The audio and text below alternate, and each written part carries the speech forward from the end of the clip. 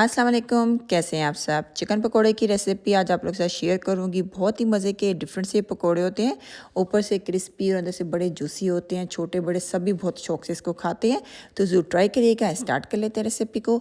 Chicken pakora बनाने के लिए हमें चाहिए ऑनियन, 2 ऑनियन का इस्तेमाल कर रही हूँ मैं।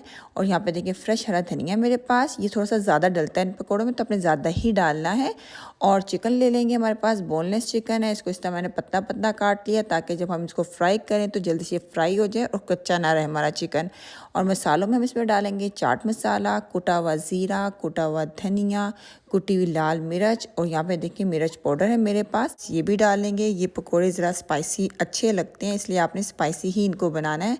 थोड़ा सा हल्दी का इस्तेमाल करेंगे, नमक डालेंगे, लहसुन पेस्ट है मेरे पास, ये शामिल कर देंगे। और थोड़ा सा डालेंगे बेकिंग सोडा। बेकिंग सोडा आपने ज़रूर डालना है, इसके डालने से जो चिकन है तो पक बहुत जल्दी जाएगा और बहुत सॉफ्ट और जूसी रहेगा। और यहाँ पे देखिए ये पानी है, इसका इस्तेमाल हम ना होने के बराबर करेंगे। इसको साइड पे रख लेंगे, लेकिन इस्तेमाल ना होने के बराबर ही होगा। तो आपने पहले क्या करना है कि मसाले के साथ चिकन को, सब्जियों को अच्छी तरह से आपने मिक्स कर लेना है, अच्छी तरह से गूंदना है। जैसे हम आटे को गूंदते हैं ना, उस तरह आपने इसको मिक्स करना है। और आप देख सकते हैं कि हमारे जो चिकन है और प्याज है उनका कितना ज़्यादा पानी निकल चुका है, बिल्कुल सॉफ्ट हो गया हमारा प्याज भी और चिकन भी। अब इसके बाद हम इसमें डालेंगे बेसन। बेसन आप थोड़ा थोड़ा करके डालना है। इन पकौड़ों में ज़्यादा बेसन बिल्कुल भी नहीं डालना है, वरना आपके पकौड़े बिल्कुल भी क्रिस्पी नहीं बनेंगे। तो तकरीबन 2 टेबलस्पून या 3 टेबलस्पून से ज़्यादा बेसन इसमें नहीं डलेगा। और ज़रूरत पड़ने पे बहुत थोड़ा थोड़ा करके आप पानी डाल सकते हैं। बैटर आपका देखने में इस तरह का लगना चाहिए, इससे ज़्यादा पतला या इससे ज़्यादा सख्त नहीं होना चाहिए। तो पकौड़ों का बैटर हो गया हमारा तैयार। आइए इसको फ्राई कर लेते हैं। पकौड़ों को फ्राई करने का सबसे पहला रूल ये होता है कि आपका जो ऑयल है वो सही गर्म होना चाहिए हाई फ्लेम पे।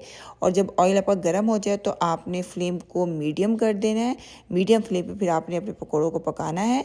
और ये बोनलेस चिकन के पकोड़े हैं तो बहुत जल्दी कुक भी हो जाएंगे। और अगर आप हड्डी वाले चिकन का इस्तेमाल करें इन पकोड़ों को बनाने के लिए, तब भी बहुत अच्छा जो चिकन है आपका कुक हो जाएगा हाई फ्लेम पे, क्योंकि हमने इसमें बेकिंग सोडे का इस्तेमाल किया होगा। फ्राई करते हुए आपने इस चीज़ का ज़रूर ख्याल रखना है कि आपका जो ऑयल है वो सही गर्म होना चाहिए। अगर आपका ऑयल सही गर्म नहीं होगा तो आपके जो पकोड़े हैं वो बहुत ज़्यादा ऑयली बनेंगे। अक्सर आप लोग कहते हैं कि हमारे पकोड़े बहुत ज़्यादा ऑयली बनते हैं, तो उसकी रीज़न यही होती है कि आपका ऑयल सही गर्म नहीं होता है। और आप देख सकते हैं माशाल्लाह हमारे क्रिस्पी से चिकन पकोड़े तैयार हो चुके हैं। ऐसे किसी भी चटनी के साथ, केचप के साथ आप सर्व कर सकते हैं। ज़रूर ट्राई करिएगा और कमेंट्स में ज़रूर बताइएगा अगर रेसिपी आपको अच्छी लगी है। नेक्स्ट टाइम मिलते हैं। अल्लाह हाफिज़।